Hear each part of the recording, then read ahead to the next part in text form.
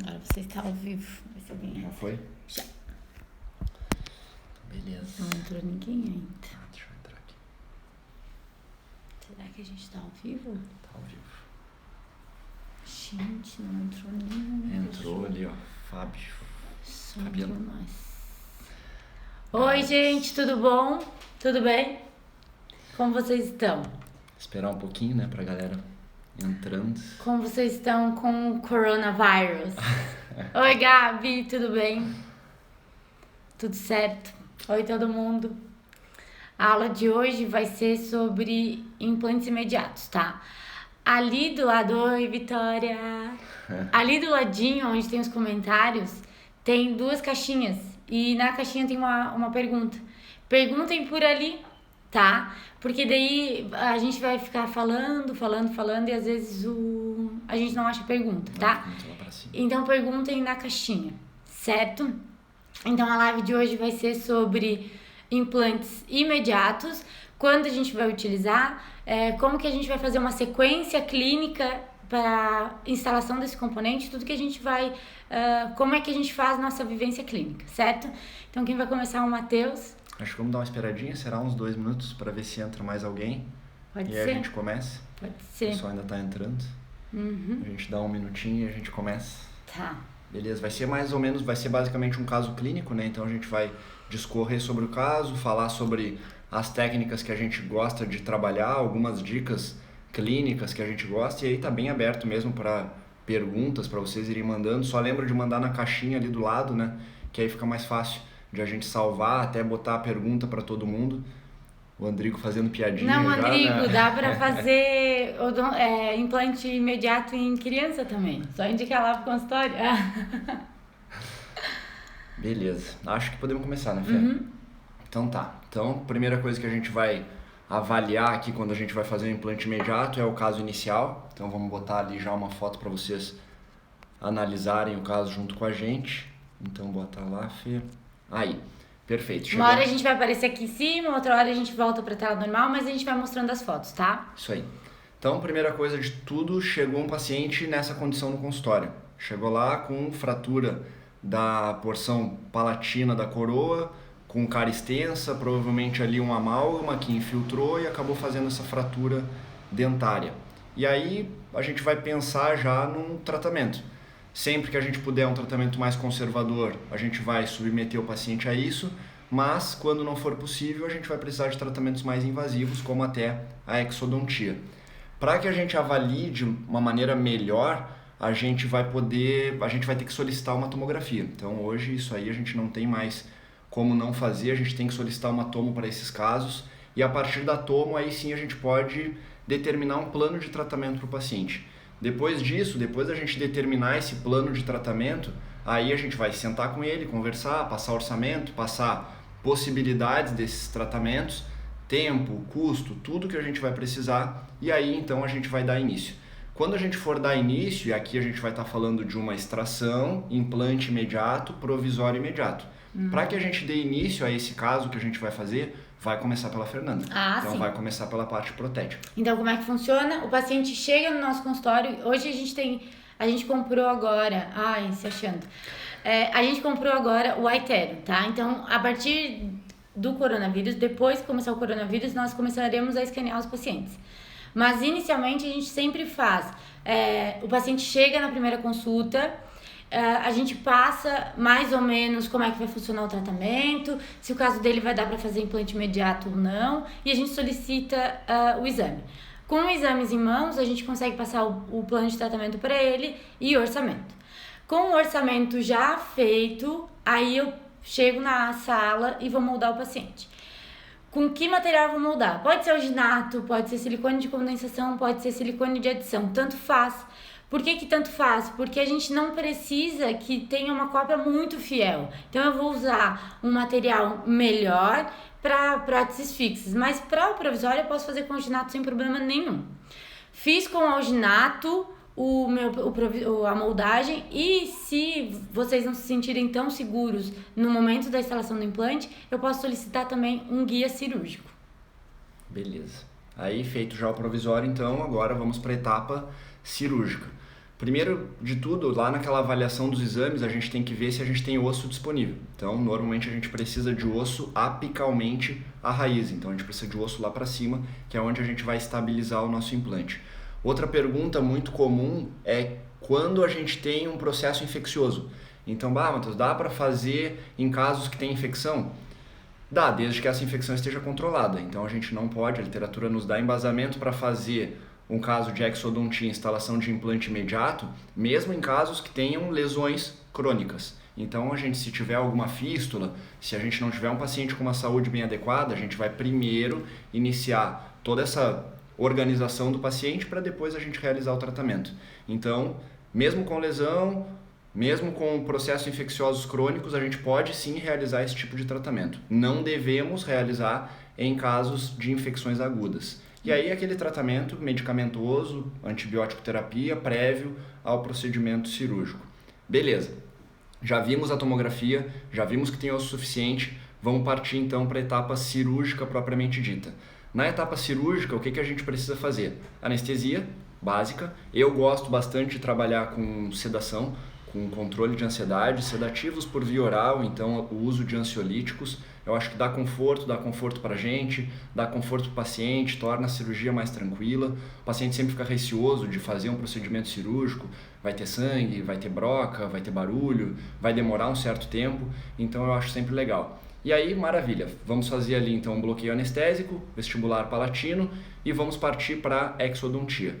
Essa etapa clínica é muito importante. Na exodontia desse tipo de caso, a gente precisa ser muito delicado, a gente precisa ser pouco invasivo, fazer uma exodontia minimamente traumática. Trauma vai ter, mas essa exodontia tem que ser pouco traumática.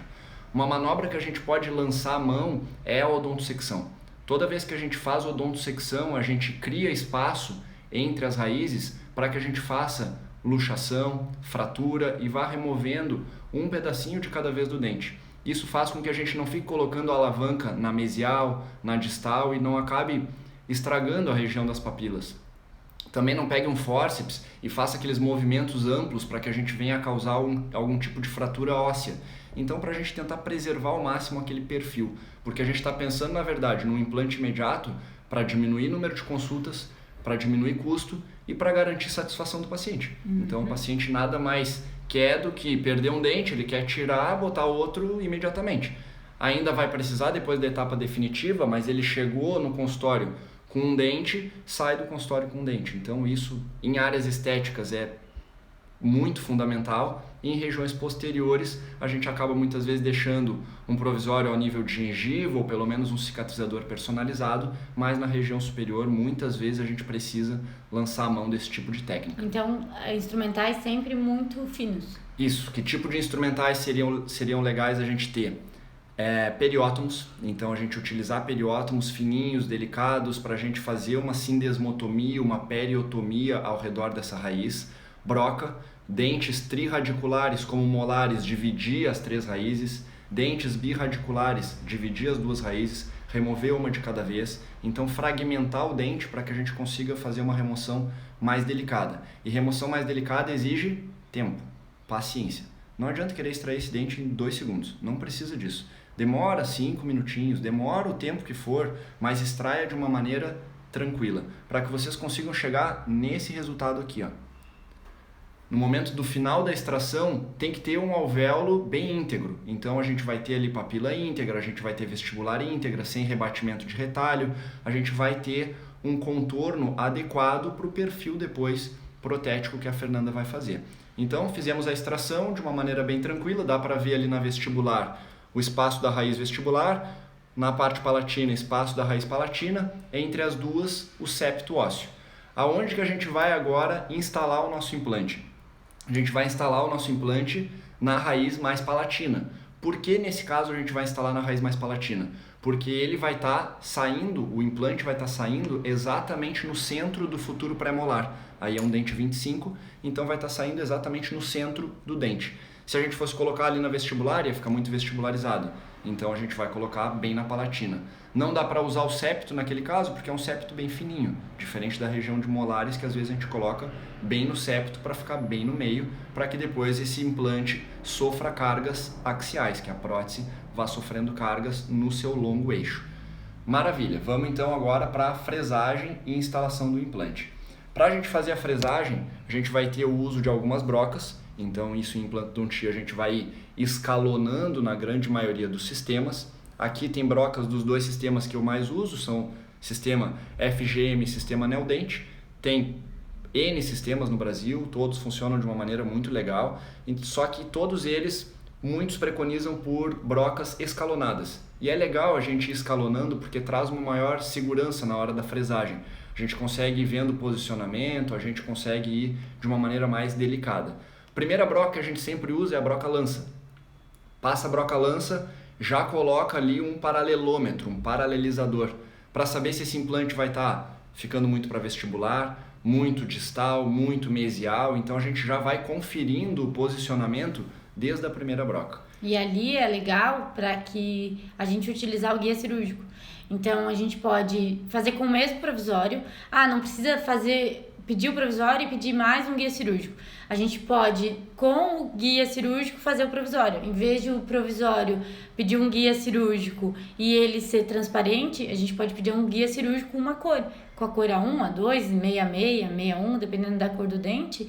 E a gente pode, pelo menos, localizar e visualizar onde está a saída da mesoclusal. Então, a utilização do guia para que a gente consiga fazer essa fresagem de uma maneira mais adequada facilita para o protesista, certo? Então, para depois, lá no fundo, lá no final, uma prótese mais bem localizada ajuda bastante com o guia cirúrgico. O guia vai nos ajudar muito, né? Vai nos ajudar principalmente para a gente ter previsibilidade no longo prazo. Então o implante tem que estar bem posicionado e isso o guia vai nos ajudar. Essa fresagem, essa localização ali com o paralelômetro vai nos ajudar muito. Então a gente vai ir escalonando e uma coisa importante quando a gente vai usar essas brocas é fazer uma subfresagem, ou seja, utilizar menos brocas do que a gente utilizaria normalmente. Então a gente vai passar lá a broca lança, a broca 2 e às vezes a gente já vai entrar com implante. Às vezes a gente vai utilizar a broca lança, a broca 2 e mais uma broca 2.4, 2.8, dependendo do sistema e do diâmetro do implante que vocês vão utilizar, mas normalmente a gente vai utilizar menos brocas, para que a gente deixe um espaço ali pequeno, com um implante mais largo, para que o implante entre empurrando realmente as paredes do tecido ósseo. E aí a gente vai ter também o implante que a gente vai utilizar. É importante a gente fazer a seleção de um implante, hoje as empresas estão evoluindo para isso, para implantes que a gente chama de geometria híbrida, onde eles têm o ápice mais cônico e o corpo mais cilíndrico, e sempre com roscas mais trapezoidais ou quadradas. Essas roscas elas vão realmente comprimir o tecido ósseo, e isso vai nos garantir uma coisa que é fundamental para fazer esse tipo de caso, que é estabilidade primária. Esse implante precisa ter um travamento no osso, ele precisa estabilizar bem no osso. Então a gente precisa ter essa estabilidade primária. Então beleza, fizemos lá uma subfresagem, vimos que está bem posicionado, utilizamos um implante corretamente, bem selecionado, vai ter um travamento adequado. Quanto vai ser esse travamento? Ai, meu Deus. Isso vai depender do quê? Da empresa que vocês estiverem trabalhando, certo? Claro que a gente precisa que o travamento ele ocorra, até porque a gente tem que ter uma estabilidade primária adequada. Só que, por exemplo, algumas empresas elas preconizam um torque do componente de 32 newtons. Então, para essa empresa que vocês estiverem trabalhando, eu preciso que o torque seja pelo menos uns 35.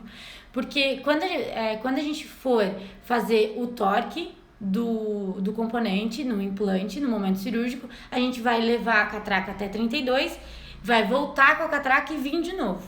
Às vezes o que vai acontecer? Vocês passam o 32.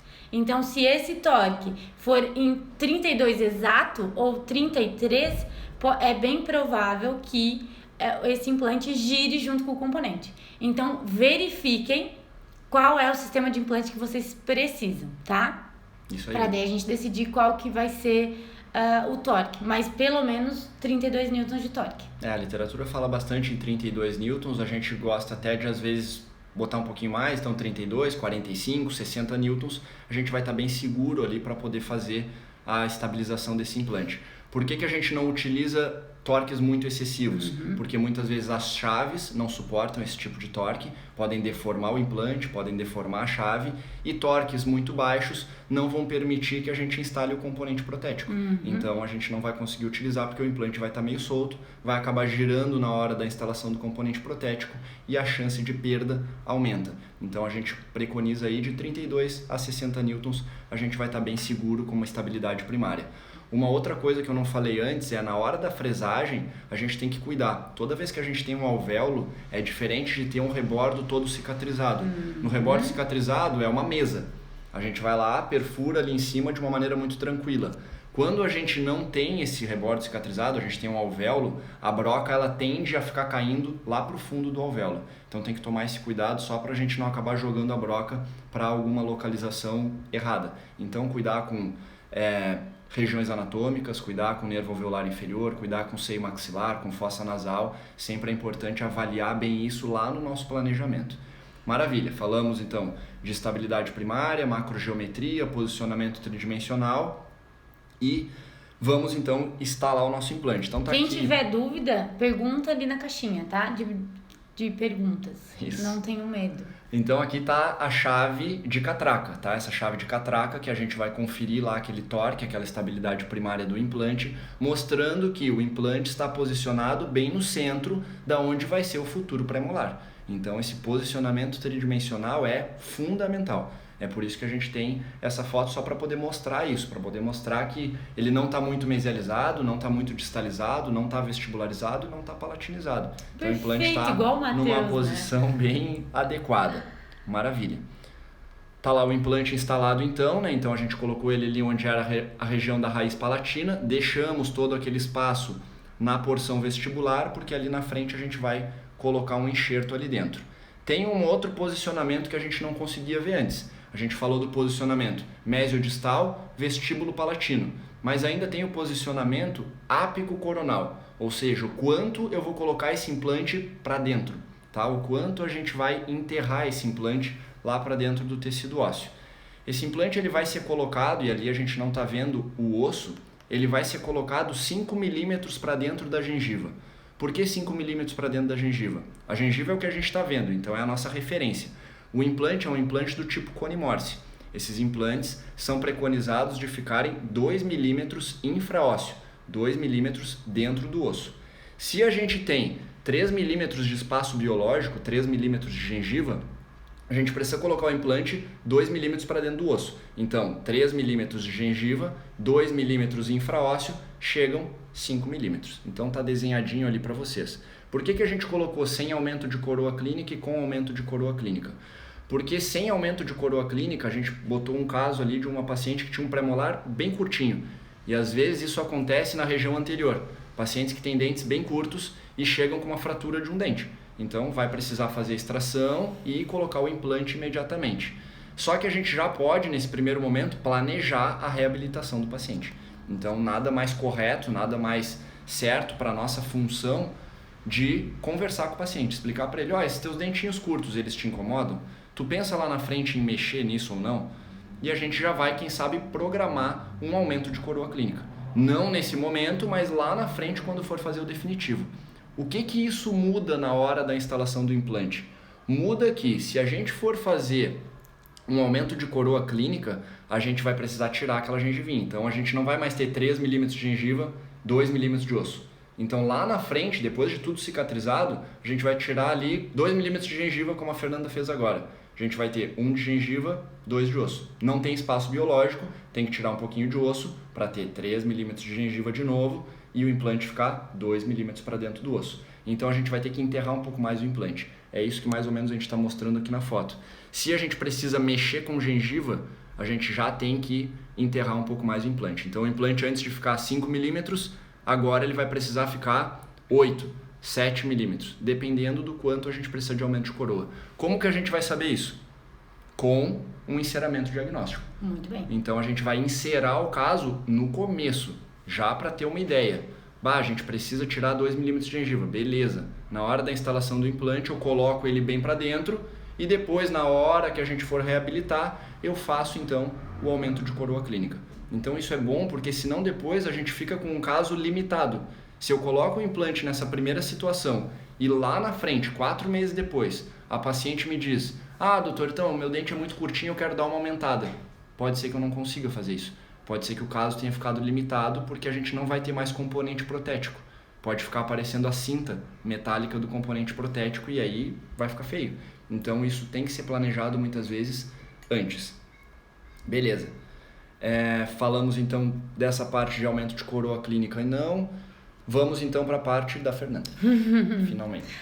Então é o seguinte, o Matheus, a gente planejou o caso inicialmente, moldamos para a confecção de um provisório e fizemos a solicitação de um guia cirúrgico, instalamos o implante com a fresagem, com subfresagem, como o Matheus falou, e aí agora a gente vai instalar o componente. Existem diferentes componentes para a gente fazer uma prótese unitária, certo? Hoje, muito conhecido é uma unha universal, para prótese do tipo cimentada, unitária cimentada, e o pilar, que é para prótese parafusada unitária também. Mas também a gente tem em algumas empresas hoje o que se chama mini pilar. Antes o mini pilar era somente para múltiplas. Isso vai depender da empresa que vocês trabalham, tá? E algumas empresas têm chamado mini pilar, outras têm como micro pilar. É um mini pilar igual ao mini pilar, só que ele tem componentes antirrotacionais para ser próteses unitárias. Qual que vai ser a melhor escolha? A melhor escolha vai ser aquela que tu consiga trabalhar de uma maneira adequada, certo? E também a filosofia de trabalho da tua empresa. Porque, por exemplo, hoje eu e o Matheus, a gente trabalha com uma empresa que ela trabalha e tenta fazer quase todos os casos com próteses cimentadas. Então, nesse caso em específico, eu defini que eu iria fazer uma prótese do tipo cimentada unitária. Qual que seria a diferença na instalação do implante, ou no planejamento, na escolha e no planejamento do caso, se eu fosse fazer uma prótese cimentada ou se eu fosse fazer uma prótese parafusada?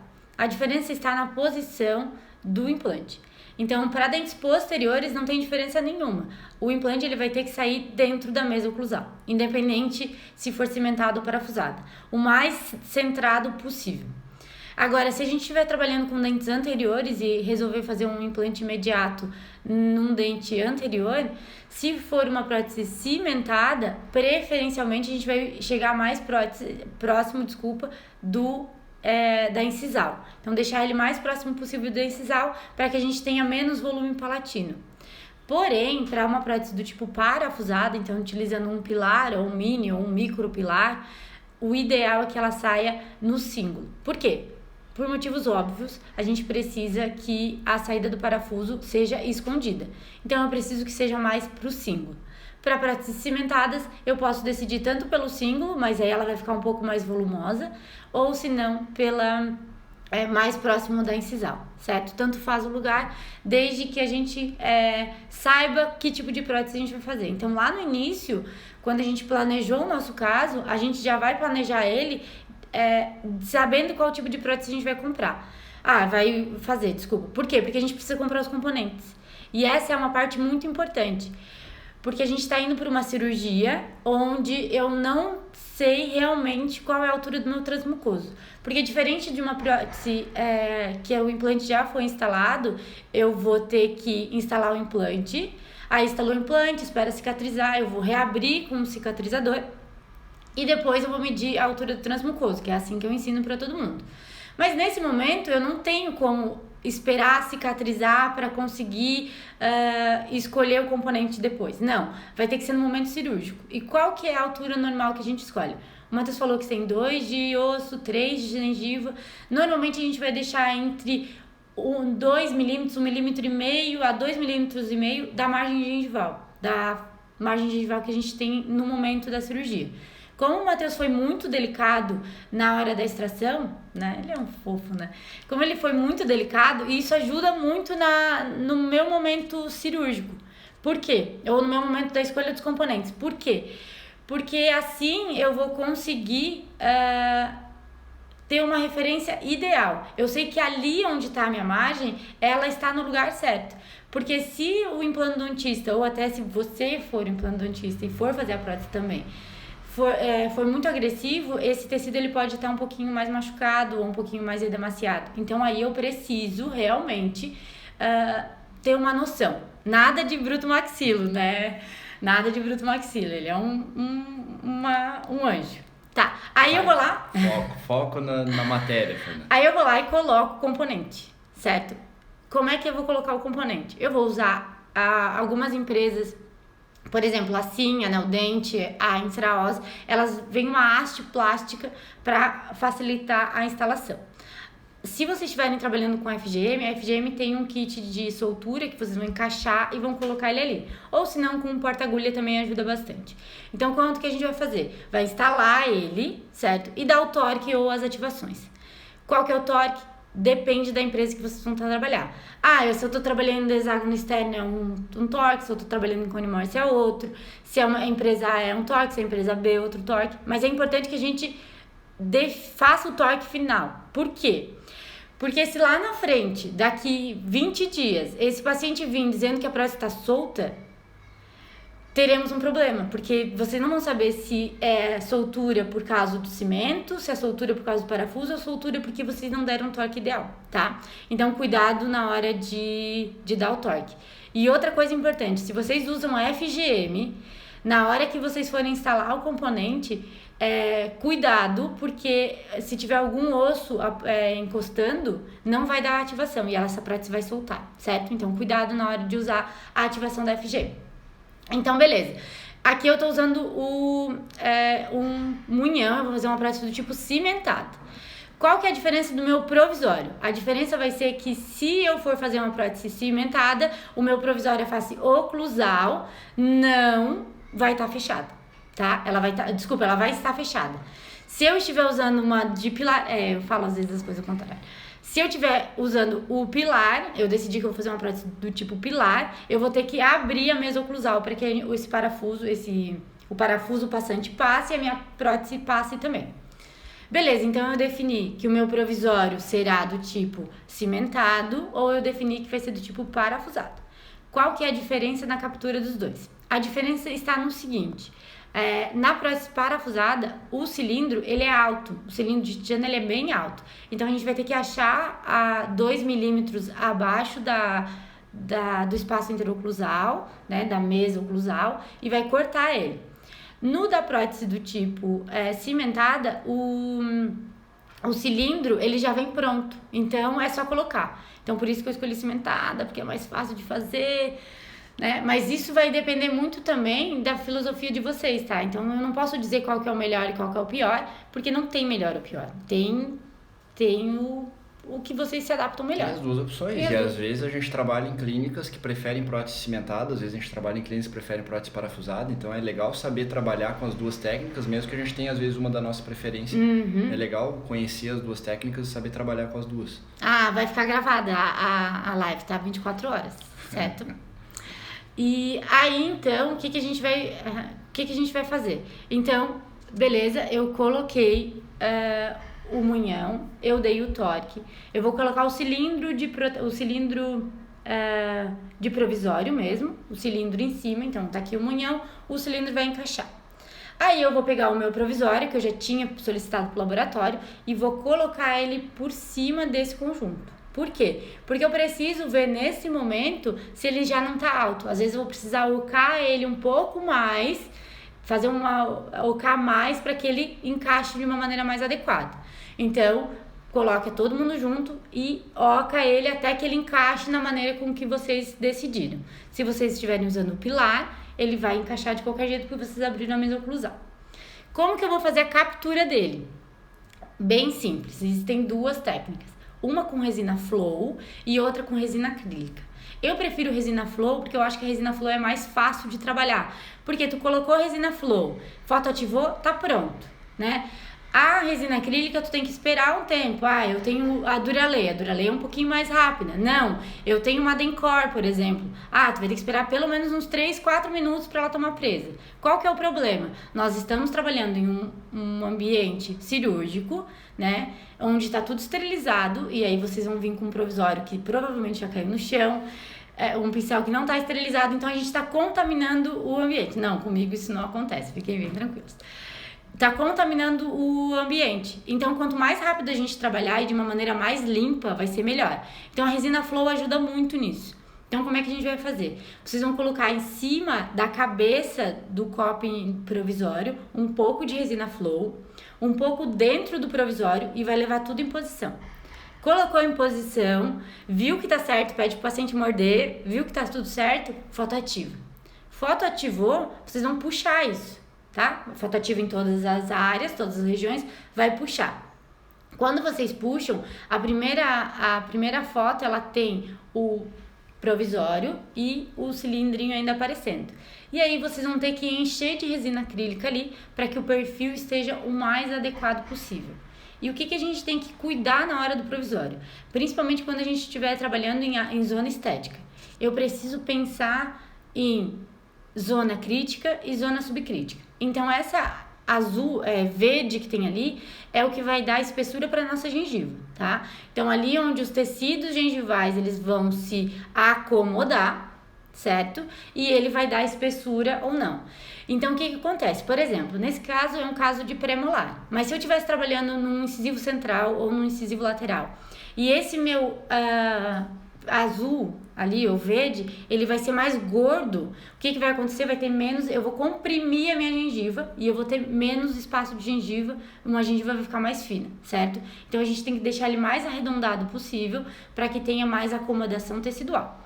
E essa parte em laranjinha menor vai ser a parte onde vai segurar o meu zênite gengival, o meu arcabouço gengival, certo? Então o provisório é mais importante do que a cirurgia, porque a cirurgia, o Matheus não escapou com a broca, subfresou, ele usou a macrogeometria ideal do implante, fez tudo certo. Aí eu vou lá, faço um provisório de qualquer jeito, deixo todo gordinho, sem nenhum acabamento, eu acabo com a cirurgia. Então, quando eu quero acabar com a vida dele, se a gente tá meio brigado, aí eu vou lá e faço isso. Mas acaba com o paciente. Não, é mentira, isso não acontece. Então, é muito importante que a gente cuide do que a gente está fazendo. O provisório é tão importante, isso eu sempre falo, o provisório é mais importante do que tudo. Porque se a gente tiver com um provisório que ele não esteja tão adequado, o provisório vai causar retração gengival, ou ele pode dar inflamação do tecido, então é bem importante o provisório, tá? E aí, mais importante que o provisório, muito mais importante que o provisório, é o polimento, certo? Então, faça um bom polimento deles. Scotch-Brite, pontas para fazer polimento, pasta de polimento, todas as partes, sequência de polimento adequada para que vocês se olhem pelo provisório, tá? Porque é muito importante, ele tem que estar muito polido. Com o provisório polido, tudo certo, essa parte mais adequada, vocês vão checar a oclusão, certo? Pode ser antes de fazer o polimento, melhor. Melhor antes do polimento para, né, não... Polir uma vez só. Pode polir uma vez só. Então, vai chegar primeiro a oclusão. O que a gente precisa nesse caso? Que não toque em lugar nenhum. Tá, mas vai tocar quando ele comer. Sim, vai tocar quando ele comer. Mas não vai tocar em nenhum momento excursivo, tá? Em nenhum movimento excursivo. Nem protrusiva, nem lateralidade, nem cêntrica, nem MH, nem se ele botar o dedinho aqui, ó. Não pode, certo? Mas não é pra fazer um provisório lá embaixo. Ele tem que ficar estético, pra sempre sorrir. E tem um espacinho, depois eu vou mostrar pra vocês como ficou, mas ele tá adequado. Finalizei o provisório, aí sim eu tiro as minhas luvinhas e falo, Matheus, agora é a sua vez de entrar na cirurgia de novo. Beleza, então ali é legal a Fernanda que ela falou, né, da parte do acrílico. O acrílico ele tem aquele pó líquido, né, o pozinho às vezes pode cair lá para dentro do alvéolo e a gente não vê, então esse cuidado, às vezes fazer com resina flow é realmente mais interessante. É mais rápido, né? O polimento ele vai dar saúde para a gengiva, lembrar que esse provisório vai ter que ficar aí no tempo de cicatrização do implante, então se ele não estiver bem polido, a gengiva pode inflamar, então esse polimento realmente é muito importante. E aí por que eu volto? Eu volto porque a gente prefere fazer instalação do implante, instalação do componente definitivo e só depois disso colocar o enxerto, porque senão a gente pode ficar contaminando o enxerto, a gente vai ficar ali caindo com resina flow, a prótese, né? Caindo com acrílico em cima do enxerto, então a gente deixa o enxerto realmente para quando o provisório estiver pronto para cimentar ou para parafusar, e a gente vai lá e coloca o enxerto.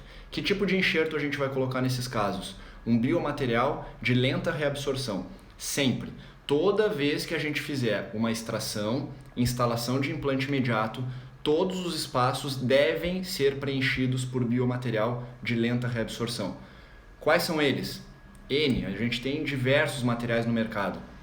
Bios, Cerabone, Nanocint, tem muitos materiais hoje no mercado, Bonifil Poros, a gente tem uma infinidade de materiais que a gente pode estar utilizando nessa região. Então são biomateriais que vão ficar ali ao longo dos anos. A gente não quer nenhum biomaterial que se transforme rapidamente em osso, nada disso. A gente só precisa de um biomaterial que fique segurando a gengiva ao longo dos anos. Então a reabsorção vai acontecendo e esse material vai reabsorvendo de forma bem lenta.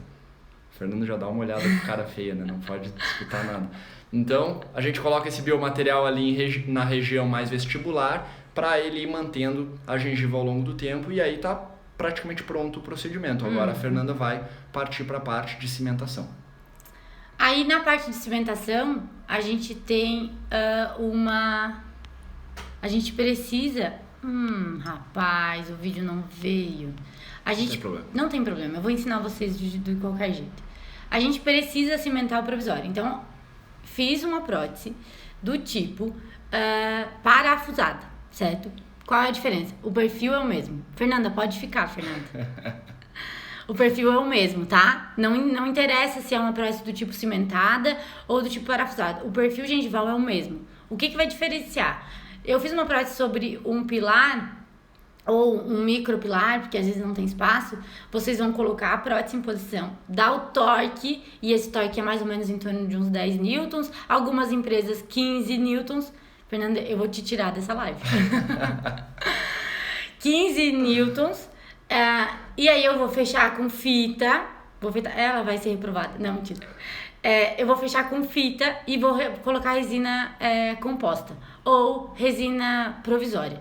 Isso vai depender do quê? Do que vocês tiverem no caso de vocês. Pode ser tanto resina composta quanto resina tipo bioaplique, aplique. Eu prefiro utilizar do tipo aplique porque o aplique ele vai ser mais fácil de remover depois, tá? Então é mais fácil de trabalhar. Resina composta, fotoativou, vai ter que usar a broca para remover novamente. O bioaplique, uma sonda, uma ponta aguda e... obrigada, Clara, reprova ela. Uma ponta e puxa. Aí, beleza. Cimentei, fiz a parafusada. Não vou fazer parafusada, eu tô fazendo cimentada conforme a professora falou. A professora falou para cimentada, a gente vai fazer cimentada. Como é que a gente vai fazer? Eu preciso espatular o cimento. E qual cimento que eu vou utilizar? Eu vou utilizar cimentos que tenham um tempo de duração um pouquinho mais... Eu vou desligar para a Fernanda parar de falar. Eu vou usar cimentos que eles tenham um tempo de trabalho mais longo. Então, por exemplo, cimentos à base de hidróxido de cálcio, eles não são tão ideais para esse tipo. Ele é muito bom porque ele vai tomar uma presa mais rápida, ele vai ser difícil de remover. Só que o problema é que pode ser que ele tome presa antes de a gente finalizar a cimentação. Então, prefiram tipo Provocol, alguns cimentos que tenham com ou sem o genol, mas não usem hidróxido de cálcio. Então, como é que a gente faz? A gente espatula, eu gosto de espatular na luva para economizar papelzinho, mas vocês podem espatular num plásticozinho ou qualquer coisa numa placa de vidro. Espatula o material. Pensem que isso aqui é o provisório, tá? Vocês vão colocar espatula, vão colocar o cimento dentro do provisório e um análogo vai entrar no provisório. Então, vocês vão extravasar esse excesso de cimento. Por que eu preciso extravasar o excesso de cimento? Porque o cimento, ele não vai ser reabsorvido. Então, isso aí vai dar irritação dos tecidos e também posso perder o meu implante por causa disso, né? Para ter inflamação gengival ali. Então, é importante, eu vou extravasar o cimento. Depois, quando terminar a live, eu vou botar esse videozinho para vocês verem, tá? Vou extravasar o cimento, limpa a bundinha e eu levo lá em posição, certo? Levei em posição, espero o tempo do cimento e checo novamente a oclusão. Então, o trabalho ele vai finalizar assim, ó. Por oclusal, a gente vê que o dente, ele tá no mesmo tamanho que o outro, certo? E esse provisório, ele pode ser tanto solicitado pelo laboratório quanto uma facetazinha, né? Aquelas de estoque. E quando eu olho por vestibular esse dente, eu tô vendo que ele não tem toque nenhum, tá? Ele não pode ter toque, ele tem que ser sem toque para não ter perigo de mais pra frente a gente ter algum problema com esse caso, certo? Une ao dente vizinho ou não? Não. Quando que a gente vai unir no dente vizinho? Muito boa essa pergunta, Matheus. Quando que eu vou unir no dente vizinho? Eu vou unir no dente vizinho quando o Matheus decidiu fazer enxerto de conjuntivo e ele vai fazer uma técnica de sutura do tipo... Tracionando a gengiva mais para baixo, né? Então a gente vai fazer uma sutura suspensória ali, tracionando a gengiva. Não é sempre que a gente faz, mas se a gente precisa às vezes utilizar aquela área de ponto de contato para tracionar com a sutura, pode ser que a gente possa acabar fazendo. Mas idealmente a gente tenta não ficar unindo implante com os dentes vizinhos, isso. Tá? Porque mas os dentes vão se movimentar e o implante não se movimenta e a chance de soltar o nosso provisório é maior. Mas o que a gente precisa? Ponto de contato. O que vai acontecer se eu não tiver ponto de contato? Eu vou perder papila, certo? O paciente vai comer, porque ele vai comer. Ele vai comer e vai entrar alimento ali. E isso vai incomodar o paciente. Então eu preciso de um provisório, certo? Eu preciso de um provisório bem adaptado, eu preciso que ele esteja com um ponto de contato muito bem adequado, certo? Quanto tempo depois a gente vai poder mexer nesse caso, Matheus? A gente vai mexer nesse caso depois de aproximadamente 3 a 4 meses, tempo de osseointegração. Então isso varia também um pouquinho de sistema para sistema. A literatura fala em torno de 28, 45, 60 dias para a gente ter osseointegração. Normalmente a gente espera então 90 dias para que o tecido esteja bem cicatrizado, o implante esteja bem cicatrizado. E aí qual foi a grande vantagem de fazer esse caso? Em uma única consulta, a gente fez a extração, colocou o implante, colocou o enxerto, colocou o provisório. O que a gente deu de benefício para o paciente? A gente, em uma única consulta, ele chegou com um dente fraturado, saiu com um dente provisório. Só que lá na frente a gente vai ter um benefício muito grande, porque quando ele volta 3 meses depois, ele já chega pronto para a Fernanda tirar o provisório, moldar e começar a prótese definitiva. Se a gente não tivesse colocado um provisório imediatamente, tivesse apenas instalado o implante e fechado a gengiva, a gente teria que reabrir esse caso, colocar um cicatrizador, esperar 15 dias para a gengiva cicatrizar. Depois disso, a Fernanda ia começar a trabalhar com o provisório para modelar aquela gengiva. Essa modelação da gengiva, ela ia demorar 2 consultas provavelmente, então a gente já teria aí mais 1 mês e 3 consultas a mais para ela então chegar nessa fase que a gente está agora. Então a gente diminui o número de consultas, a gente diminui estresse para o paciente de várias vezes ir até o consultório, a gente diminui o nosso custo e a gente entrega uma satisfação muito mais legal para o nosso paciente. Então hoje, quando a gente perde um dente, a primeira coisa que a gente pensa, sempre que possível, é realmente a extração, a exodontia, com a instalação imediata do implante. Não, nem sempre é possível, às vezes isso a gente não consegue, mas a gente sempre pensa nessa possibilidade porque é uma excelente alternativa.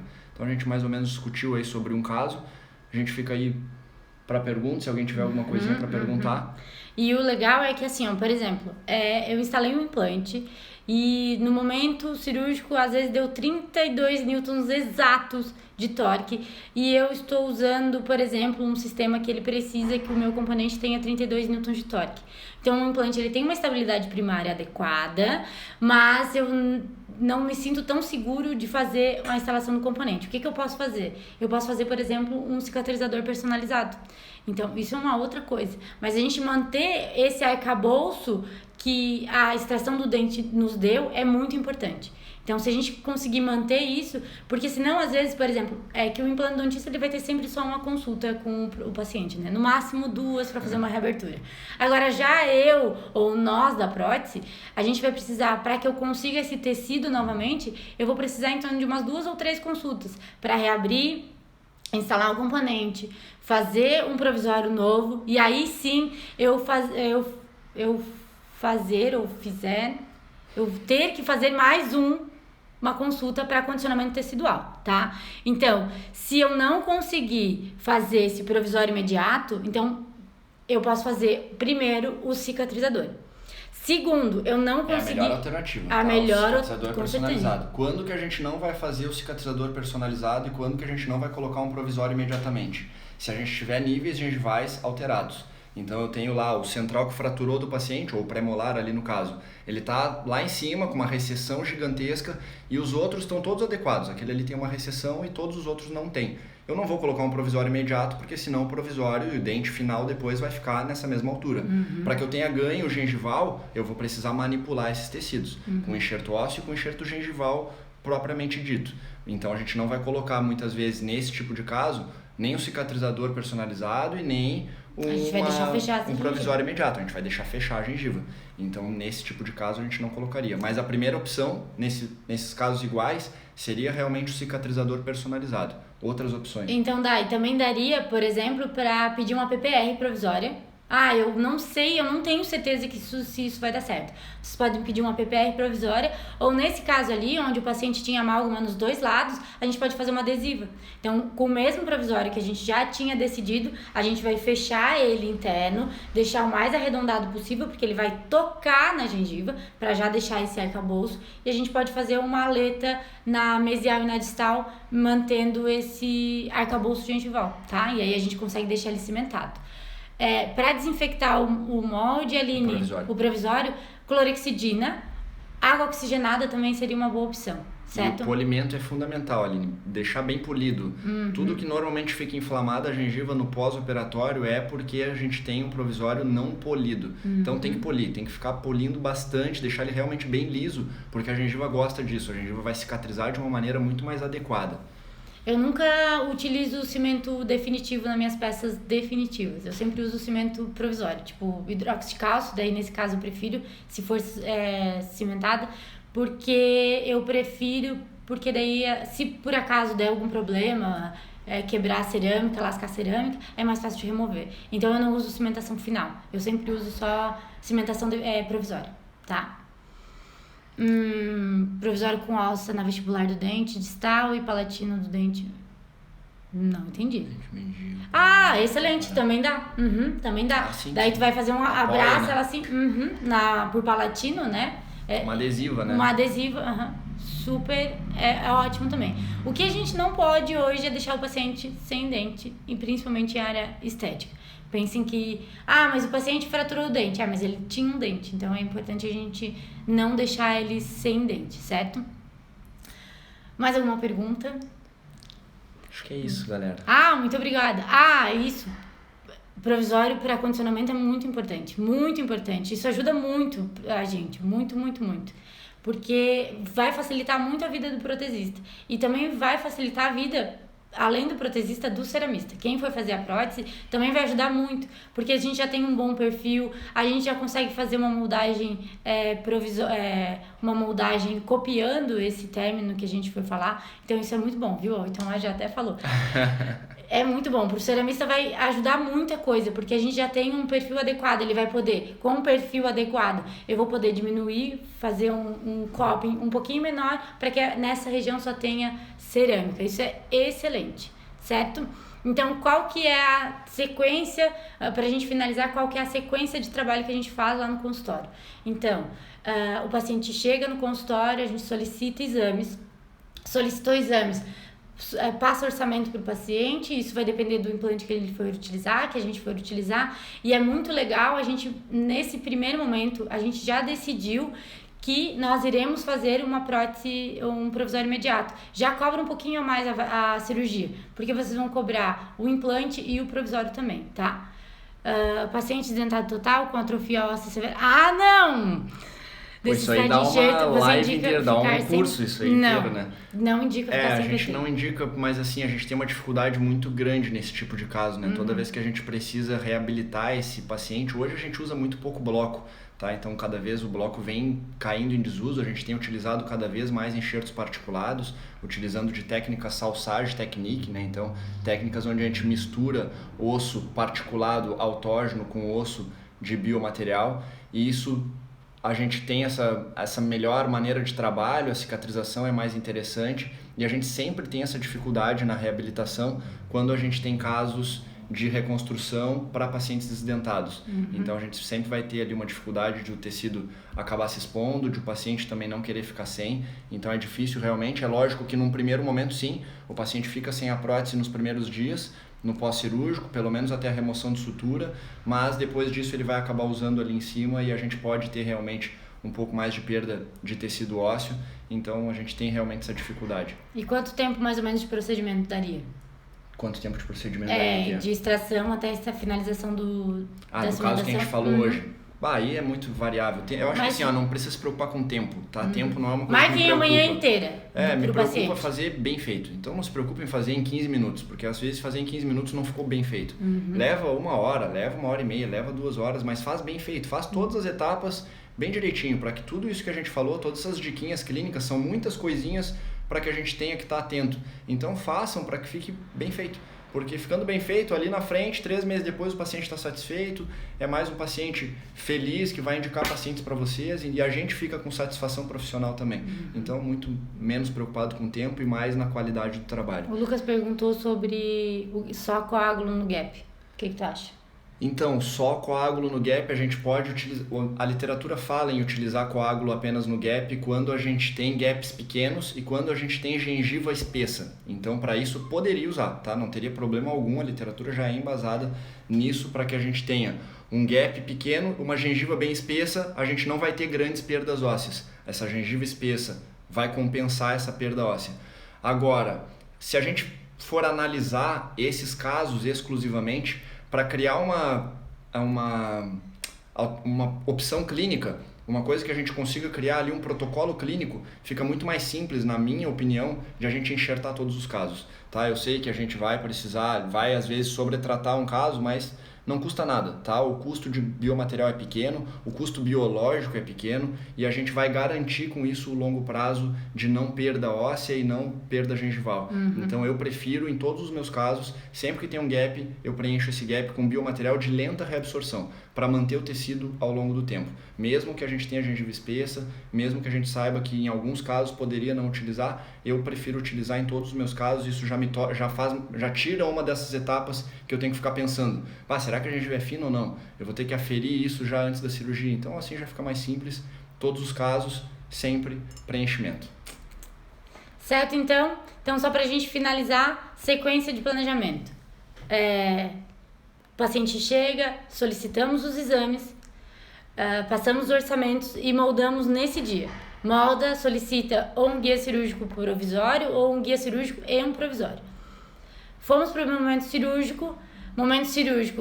Nós costumamos dar para todos os nossos pacientes um ansiolítico antes, 30 minutos antes, para que ele fique mais tranquilo no momento da cirurgia. Então, anestesia a gente vai usar articaína. O Matheus gosta muito da articaína, até por causa de um tempo de trabalho, né? Articaína, bloqueio, articaína, a extração minimamente invasiva, o mais delicado que vocês conseguirem. Instalação no implante, nesse caso, na raiz palatina. Se fosse um molar inferior, a gente tentaria botar dentro do septo, bem no né? meio, bem no septo. E se fosse um incisivo central, Matheus? Approach palatino, então o implante apoiado na palatina, né? A gente vai colocar ele com as costinhas ali apoiada na palatina para deixar espaço para vestibular. Então o implante apoiado na palatina. Torque mínimo para confecção de uma prótese, torque no componente, instalação de transmucoso, escolha de transmucoso, instalação do componente, captura do provisório, polimento muito adequado, remoção total de oclusão, tira tudo de oclusão, tá? E aí a gente tirou tudo de oclusão, instalação de biomaterial e cimentação definitiva. E aí é partir para o braço para esse paciente. Certo, Maravilha. gente? Pessoal, valeu, foi legal. Depois Obrigada a gente pela live. Fica aí de sugestões para as próximas lives. Quem sabe a gente faça mais alguma. Vão sugerindo ali pra gente. Quem sabe a gente possa ir organizando. Agora que a gente tem tempo, né? A gente pode ser que consiga fazer. Valeu, foi bom. Vocês ficaram aí. Obrigadão. Obrigada. Tchau, tchau. E agora, quando encerra aquele coisa? Encerrar agora.